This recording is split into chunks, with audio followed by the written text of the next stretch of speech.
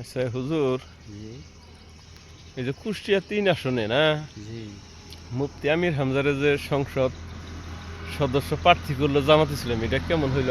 হ্যাঁ আলহামদুলিল্লাহ খুব সুন্দর হয়েছে, খুব সুন্দর হয়েছে। এইরকম লোকগুলাই তো সংসদে পাঠানো দরকার।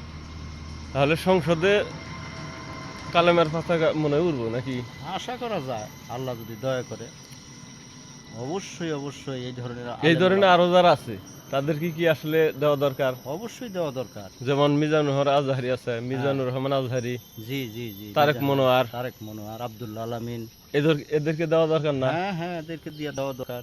জামাতের প্রতি আমাদের এটা আবেদন। আবেদন, হ্যাঁ জামাত এই নেতৃবৃন্দ এই যারা ধরনের আছে, যারা জনপ্রিয় ব্যক্তি আছে হ্যাঁ হ্যাঁ তাদেরকে জানি সংসদে সংসদে মনোনয়ন দেয় এবং তাকে যেন জনগণ ভোট দিয়ে সংসদে পাঠিয়ে দেয়, তাহলেই জালেমের অত্যাচার থেকে দেশবাসী রক্ষা পাবে।